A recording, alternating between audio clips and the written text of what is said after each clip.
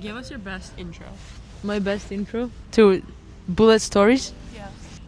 Welcome to Bullet Stories, where I document the growth of my videography skills and all that with the people that I love. Aww. That's cutesy. Thanks for coming to Serbia. You're welcome. We appreciate it a lot. I'm so pumped to be here. You have no idea. You've made me feel so at home. Where's the iPad with the topics? At home. You can break it into segments. Yeah. Exactly. No worries. That's actually a really good idea. Like in the shorts. So segment 1. Yep. Anyways, thanks for being here. You're welcome. I think that just knowing that you're in Europe playing professional football, we are like kind of amazed to have you as a friend. Especially that everyone whoever starts playing football in Serbia or whatever in Europe, the goal is to play the Champions League. And you're living probably a lot of girls' dream, you know? So tell us, how do you feel about that? What does that mean for you? Maybe for you, it's a dream. I think for American players, it's like kind of a different outlook. Mm-hmm. Coming out of college, I was really set on the NWSL. Mm-hmm. But then I got experience in the NWSL, and I became open-minded to Europe. Mm-hmm. And then Champions League became like the goal for Mm-hmm. me. After experiencing it, I think year to year it's what I strive for. Like, the best way I could think to explain it is like, we're all competitors at every Mm-hmm. level, and like you want to be able to compete with the best in any sport. Mm-hmm. And I think that's what Champions League offers, is like competing against the best in the world at that sport. And so that was like the greatest experience that I've had, is playing against players who are captains for their countries Mm-hmm. and like make more than people do like in corporate America, like playing a sport. And that's like amazing to me. How often did you follow Champions League prior to, as you said, opening your mind to coming to Europe and all that?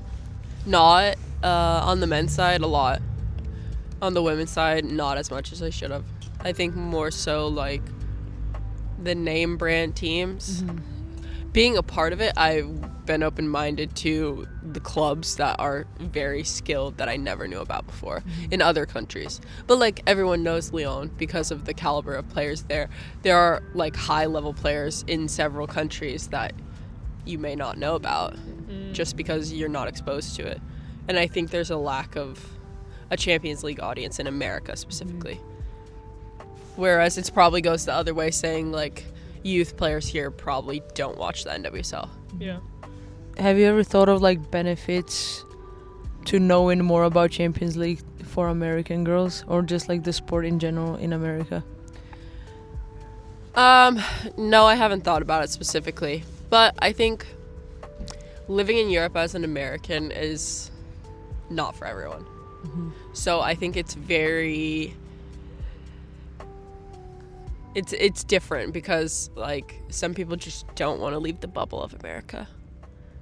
But I think if you're open-minded to it, it's such a great opportunity regardless of where you go. However, I think with certain clubs in the women's game, for sure, it's hit or miss. Mm-hmm. Some people have horrible experiences and some people have wonderful. Like, I've been on the like positive side where I have nothing but good things to say about my experience. So I know that I can't speak for everyone and say that, but I have a club that supports me and, you know, like cares about me as a person, which like I can't say that for everyone.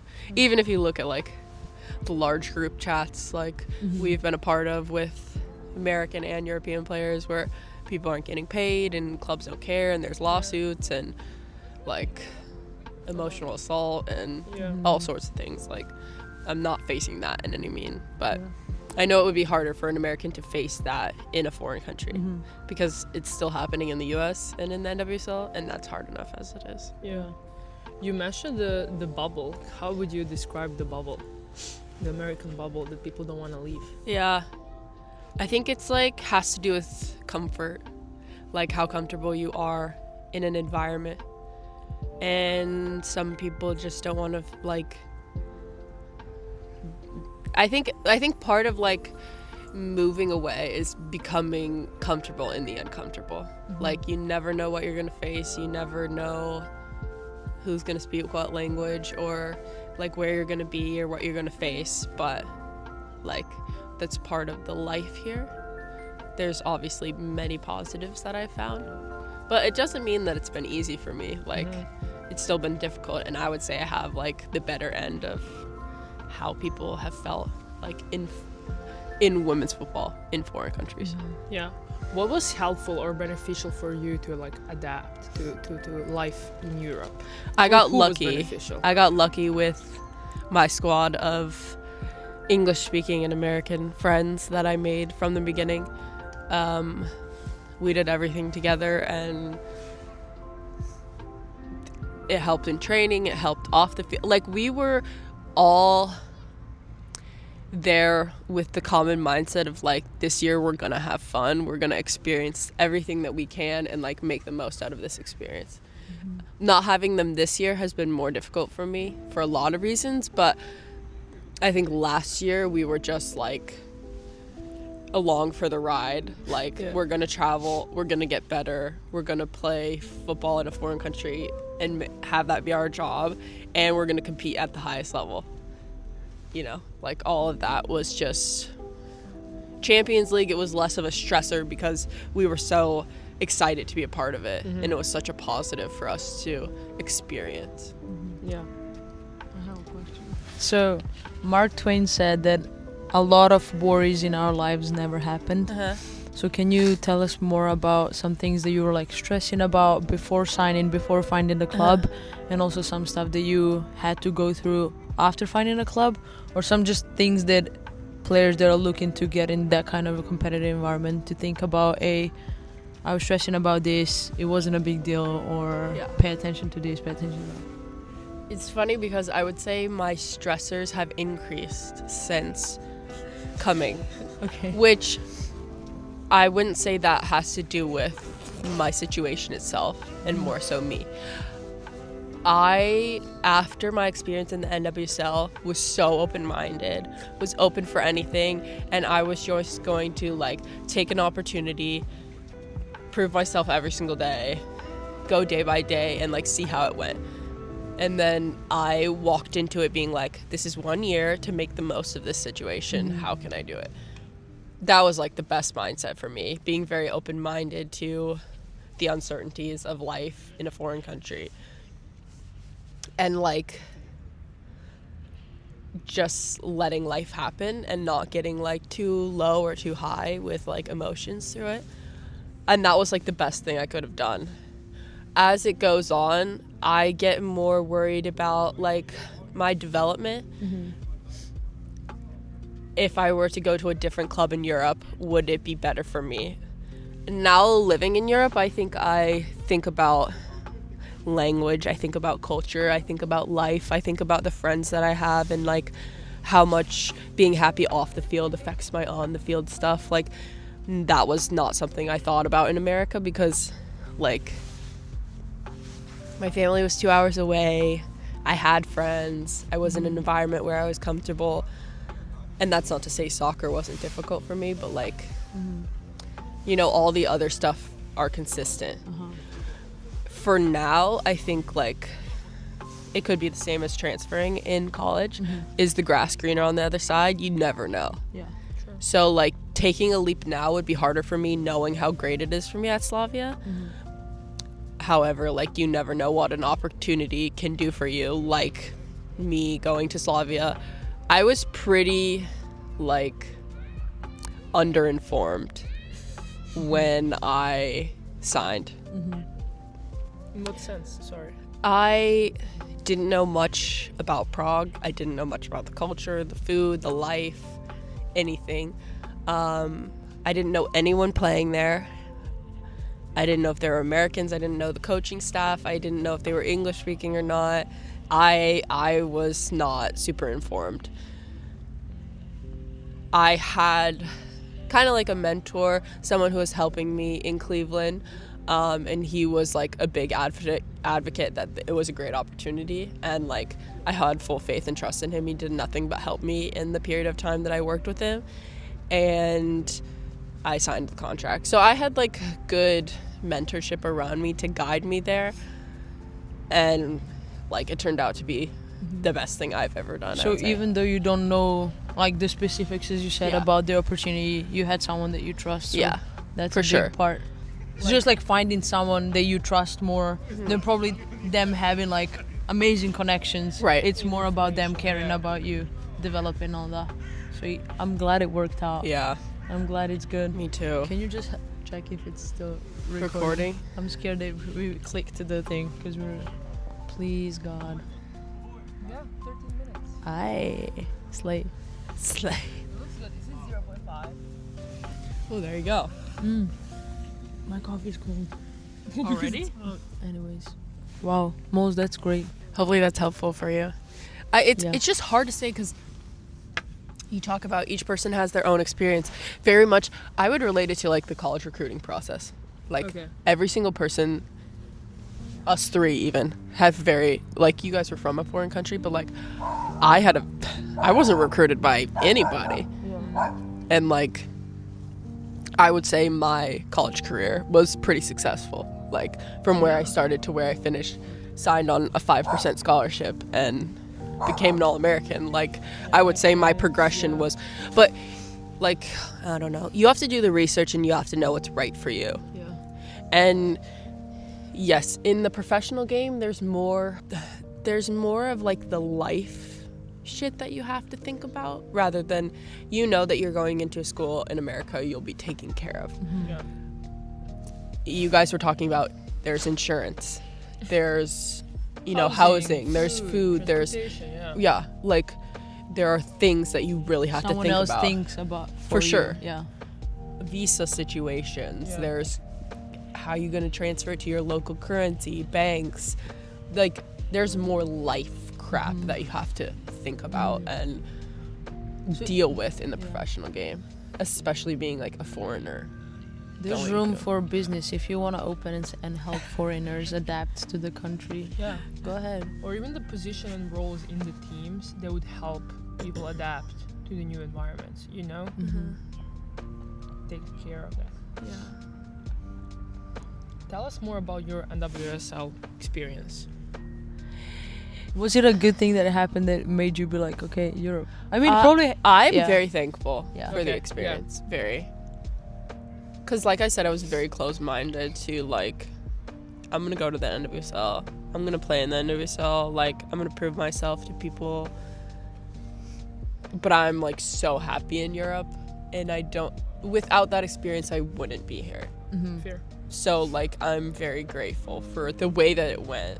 And also, if you didn't experience that, it came to Europe, you'd probably always wonder, oh my God, what what it'd if? be like Yeah. if you just stayed in the NWSL. And that's the thing is, like, I don't think about what ifs going the other way. okay. Like, I'm really, really happy with my current situation, and this is my 18th European country that I've been to, and the That's so travel that cool. I've been able to do, and the teams that I've been able to play. so Like, good.